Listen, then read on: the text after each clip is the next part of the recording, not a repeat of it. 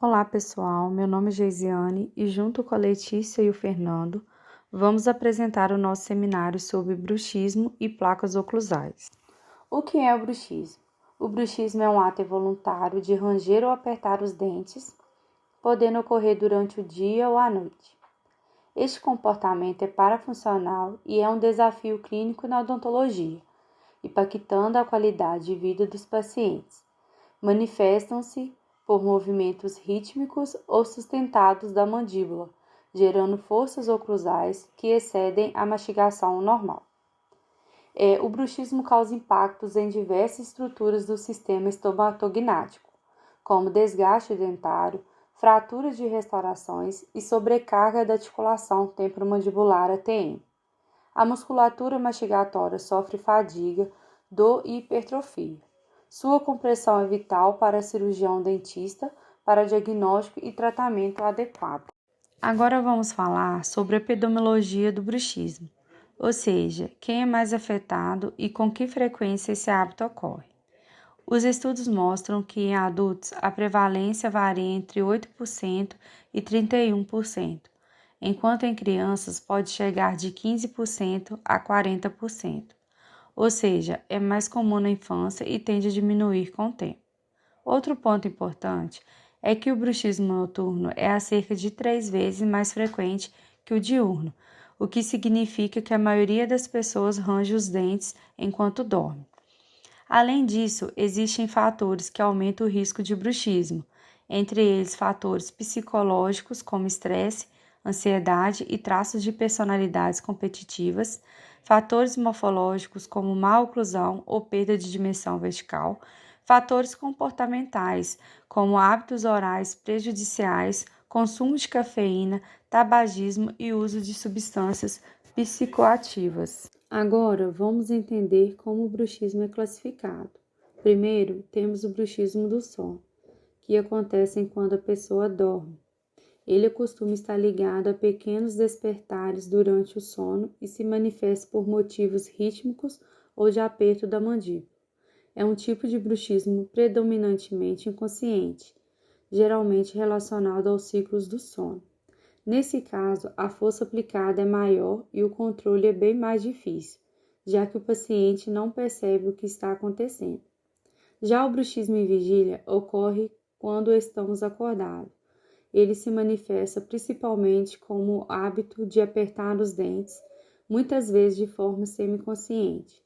Está muito ligado a momentos de concentração, tensão ou estresse situacional. Diferente do noturno, esse tipo permite um certo autocontrole, pois a pessoa pode perceber e tentar relaxar a mandíbula. Além disso, o bruxismo também pode ser classificado de acordo com a causa. O bruxismo primário é aquele que não tem causa média identificável, chamado de idiopático, e representa a maioria dos casos, podendo envolver fatores genéticos ou neurológicos. Já o bruxismo secundário está associado a condições médicas específicas, ao uso de certos medicamentos como antidepressivos, antipsicóticos, distúrbios neurológicos ou ao uso de substâncias. O bruxismo tem uma origem bem complexa, sendo causado por vários fatores que atuam juntos, biológicos, psicológicos e ambientais. Por isso, a gente diz que ele tem uma etiologia multifatorial. Entre os fatores neurológicos estão alterações dos neurotransmissores, como a dopamina e a serotonina, e também a predisposição genética, já que o problema pode apresentar em várias pessoas da mesma família. Os fatores psicológicos são muito comuns, como estresse crônico, a ansiedade, a depressão e traços de personalidades mais competitivos, que deixam o paciente mais propenso ao bruxismo. Também existem fatores fisiológicos, como distúrbio do sono, por exemplo, apneia e problemas respiratórios, refluxo e até distúrbios de movimento. Por fim, temos os fatores dentários, que envolvem alterações na mordida, como má oclusão, interferência oclusais, próteses mal adaptadas e perda de dentes, que pode contribuir para o problema. Então, o bruxismo é o resultado da soma de vários fatores e entender essa relação é fundamental para definir o tratamento mais adequado para cada paciente. Neste slide, explicamos como o bruxismo acontece no organismo, ou seja, sua fisiopatologia. O processo começa com uma hiperatividade muscular mandibular, controlada pelo sistema nervoso central. Durante o bruxismo, a liberação de neurotransmissores excitatórios que estimulam o nervo trigêmeo, provocando contrações involuntárias dos músculos mastigatórios. Essas forças excessivas causam vários efeitos mecânicos, como desgaste e fraturas dentárias, sensibilidade dentinária, falha de restaurações, mobilidade dentária. Além disso, a articulação temporomandibular sofre sobrecarga, podendo desenvolver inflamações, deslocamentos do disco, crepitações e limitação da abertura bucal. Em resumo, o bruxismo envolve fatores neuromusculares e articulares, e seu efeito contínuo gera dor, desgaste e perda funcional progressiva, se não for tratado adequadamente. O bruxismo apresenta diversos sinais e sintomas clínicos, que podem afetar dentes, músculos e articulação temporomandibular. Dor e fadiga muscular. O paciente costuma acordar com dor dos músculos masseter e temporal, sensação de cansaço ao mastigar e, em alguns casos, hipertrofia muscular. Desgaste e fraturas dentárias. São observadas facetas planas de atrição, perda de anatomia dentária e fraturas em restaurações ou coroas. Hipersensibilidade dentária. Ocorre devido à exposição da dentina, causando dor ao frio, calor ou doces. Disfunção da ATM. O paciente pode apresentar estalos, dor pré-auricular, limitação de abertura e desvio mandibular. Cefaleia tensional. É uma dor de cabeça leve a moderada, geralmente matinal, causada pela tensão muscular constante. Outros sintomas podem incluir zumbido no ouvido, dor cervical, sono agitado e marcas na mucosa oral. Reconhecer esses sinais é essencial para diagnosticar precocemente e iniciar o tratamento adequado. O bruxismo pode causar diversos danos ao sistema estomatognático, afetando dentes, músculos e articulação. Desgaste dentário progressivo. O atrito constante entre os dentes leva à perda de esmalte, exposição da dentina e alterações estéticas e funcionais. Fraturas e falhas restauradoras. As forças oclusais excessivas promovem trincas, fraturas de coroa e próteses, além de falha em restaurações e imobilidade dentária. Alterações na TM. A sobrecarga contínua pode causar dor articular, inflamação, crepitação, limitação de abertura e degeneração da articulação. Impactos sistêmicos e psicológicos. O paciente pode apresentar ansiedade, insônia, cefaleia e fadiga muscular, formando um ciclo de dor e estresse. Em resumo, o bruxismo não tratado pode gerar danos irreversíveis aos dentes e à ATM, comprometendo a função mastigatória e a qualidade de vida. O bruxismo pode causar diversos danos ao sistema estomatognático, afetando dentes, músculos e articulação. Desgaste dentário progressivo. O atrito constante entre os dentes leva à perda de esmalte, exposição da dentina e alterações estéticas e funcionais. Fraturas e falhas restauradoras. As forças oclusais excessivas promovem trincas, fraturas de coroa e próteses, além de falha em restaurações e imobilidade dentária. Alterações na TM. A sobrecarga contínua pode causar dor articular, inflamação, crepitação, limitação de abertura e degeneração da articulação. Impactos sistêmicos e psicológicos.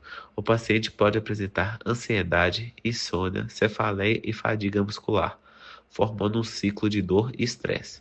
Em resumo, o bruxismo não tratado pode gerar danos irreversíveis aos dentes e à ATM, comprometendo a função mastigatória e a qualidade de vida. Eu sou a Letícia e eu vou dar continuidade falando sobre os objetivos do tratamento. É importante deixar claro que o bruxismo ele não tem uma cura definitiva, mas sim um controle eficaz. E o tratamento ele precisa ser individualizado e multifatorial, porque cada paciente ele apresenta uma causa e sintomas diferentes. O primeiro objetivo é reduzir a dor e o desconforto, principalmente na musculatura mastigatória e na articulação temporomandibular. E com isso, o paciente ele consegue mastigar melhor e acordar com menos fadiga muscular. Outro ponto importante é também proteger as estruturas dentárias, evitando os desgastes, as fraturas e também perdas de restaurações. E as forças geradas pelo bruxismo, elas são muito intensas e podem comprometer dentes e também próteses. Também buscamos prevenir lesões articulares, que diminuem a sobrecarga na ATM, prevenindo a progressão de alterações degenerativas. E por fim, o tratamento ele tem como uma meta melhorar a qualidade de vida do paciente, proporcionando um sono mais reparador e também menos estresse e mais conforto no dia a dia do paciente. Darei continuidade falando sobre o que são as placas oclusais, que são dispositivos intraorais removíveis, geralmente confeccionadas em resina acrílica rígida e são personalizadas para cada paciente.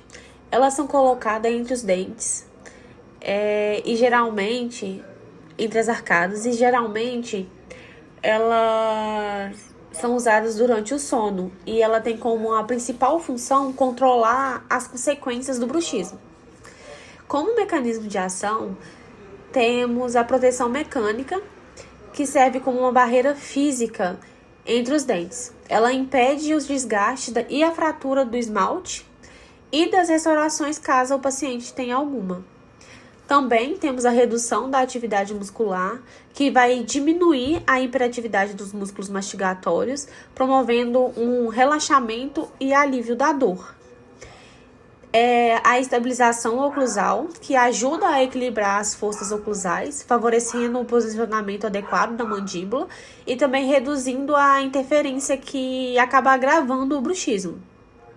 Também o alívio articular, que auxiliam no reposicionamento do côndilo mandibular, reduzindo a sobrecarga na ATM e também melhorando a função articular. O material mais indicado é o acrílico termopolimizável rígido, que ele é durável e estável e também acaba permitindo ajustes precisos no consultório. É importante destacar que as placas macias, apesar de elas serem um pouco mais confortáveis, elas não são recomendadas para o controle do bruxismo, porque elas estimulam o apertamento ao invés de reduzi-lo.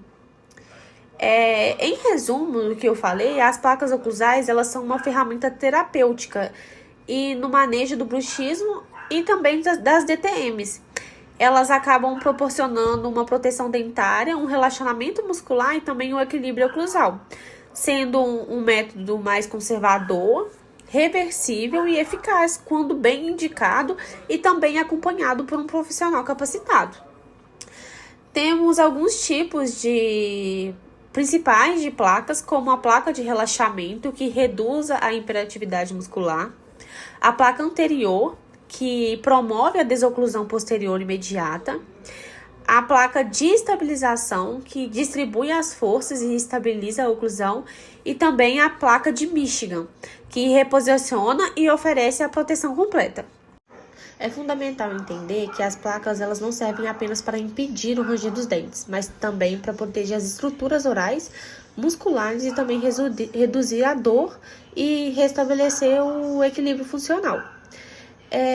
Como indicações das placas oclusais, temos o bruxismo noturno confirmado, que é uma das principais indicações, que é quando o paciente ele aperta ou range os dentes de forma inconsciente durante a noite. Nestes casos, a placa ela funciona como uma proteção mecânica, ela evita o desgaste dentário e também diminui a dor ou a rigidez muscular ao acordar. Além disso, ela vai ajudar a estabilizar a mandíbula e também a diminuir a atividade muscular exagerada que acaba ocorrendo durante o sono. Temos também a dor muscular ou articular, que é uma outra indicação importante, porque ela proporciona um alívio da dor causada por tensões musculares ou sobrecarga da ATM, e a placa ela distribui as forças da mordida, reduzindo a pressão sobre os músculos masseter, o temporal e o pterygoideu, e também sobre as estruturas articulares. Isso acaba promovendo um relaxamento muscular. Temos também um desgaste dentário acentuado, que é quando o paciente ele já apresenta facetas de desgastes, perda de esmalte ou redução da dimensão vertical. A placa ela é fundamental para poder proteger os dentes remanescentes e também ela evita a progressão do desgaste, preservando a estrutura dentária, ajudando também a manter a estética e a função mastigatória. A proteção de trabalhos restauradores, que muitos pacientes eles possuem coroas, facetas ou próteses fixas, ou até mesmo implante, que também se beneficiam com o uso da placa, porque as forças intensas do bruxismo ela podem causar fraturas ou também deslocamentos prematuros dessas restaurações, e a placa ela atua como uma camada protetora, aumentando a durabilidade. E é essencial destacar que nem todo paciente com DTM precisa usar a placa oclusal. E a indicação ela deve ser criteriosa e baseada em diagnóstico clínico completo, considerando o tipo de disfunção, a origem da dor e o comportamento muscular do paciente. Usar ela sem a necessidade, ela pode alterar a oclusão e até mesmo piorar alguns sintomas, por isso que o diagnóstico diferencial ele é indispensável. Existem alguns tipos de placas oclusais e a escolha ela vai depender da necessidade clínica e do tipo de bruxismo e do estado da articulação de cada paciente. Temos a placa rígida superior, conhecida como Michigan, que é a mais usada e considerada o padrão ouro. Ela é feita em acrílico rígido, ela cobre os dentes superiores, protege a oclusão e relaxa a musculatura, indicada para bruxismo noturno e também para DTMs muscular. Temos a placa anterior, Gig de Lúcia ou NTI, que cobre apenas os dentes anteriores, deixando os posteriores livres, e ela reduz a atividade muscular e é usada em crises de dor aguda, e ela deve ser temporária, pois o uso prolongado ela pode causar alguma alteração oclusal. Temos também a placa inferior, que ela é menos comum e indicada quando o paciente ele não tolera a placa superior, como em casos de reflexo de vômito ou alguma reabilitação múltipla, e ela oferece menor estabilidade, mas ela é eficaz quando ela é bem ajustada. E a classificação funcional, elas podem ser de proteção, onde evita os desgastes e fraturas, de reposicionamento, ajustando a posição mandibular, e neuromuscular, que reduz a hiperatividade e também promove o relaxamento. A placa oclusal, ela não é apenas um dispositivo pronto, ela precisa ser cuidadosamente moldada, ajustada e acompanhada, pois qualquer erro ele pode comprometer a função mandibular ou causar novos desconfortos. A moldagem e a confecção ela é feita a partir de uma moldagem precisa das arcadas, registrando a relação maxilomandibular real, e ela é confeccionada em laboratório com acrílico rígido, que permite ajustes oclusais e garante durabilidade. A instalação e ajuste inicial, o dentista ele verifica a adaptação e o conforto, e o ajuste oclusal ele deve garantir contatos uniformes e guias corretas, eliminando qualquer interferência e também promovendo o relaxamento muscular. O paciente ele deve retornar em 7 a 15 dias e depois mensalmente. Nesses retornos, o profissional ele vai reajustar a placa e avaliar os sintomas e funções mandibular, garantindo que o sucesso do tratamento. O uso correto ele é geralmente noturno e contínuo, e normalmente sentir leve desconforto inicial. Mas a adaptação ocorre em cerca de 2 semanas e a interrupção ela pode causar qualquer recidiva dos sintomas. A higienização e armazenamento ela deve ser feita com escova e sabão neutro, e a escova ela deve ser macia, sem água quente, e a placa ela deve ser guardada em algum estojo ventilado, e ela pode ser imersa semanalmente em solução de limpeza de prótese. Como conclusão, definimos que o diagnóstico precoce ele é essencial para evitar desgastes e lesões articulares, e a detecção através de anamnese e exame clínico detalhado ele permite uma intervenção antes de qualquer complicação maior. O monitoramento contínuo, que é o acompanhamento, ele deve ser regular, pois o bruxismo ele tem fases de melhoras e de recaída, e o profissional ele precisa reavaliar os sintomas e ajustar também o tratamento conforme a evolução do paciente. As placas oclusais, elas são um tratamento conservador mais eficaz e elas protegem os dentes, diminuem também a tensão muscular e acabam aliviando a TM e melhoram também o sono, porque elas oferecem um resultado mais duradouro. E a abordagem interdisciplinar, o manejo do bruxismo, ele não deve só envolver a odontologia, mas também a fisioterapia, a psicologia e a medicina do sono. E essa abordagem conjunta, ela melhora o controle da dor e também a qualidade de vida do paciente. Então, concluímos que o sucesso do tratamento do bruxismo, ele depende de um diagnóstico preciso, acompanhamento contínuo e também um trabalho interdisciplinar, garantindo a proteção funcional e o bem-estar do paciente.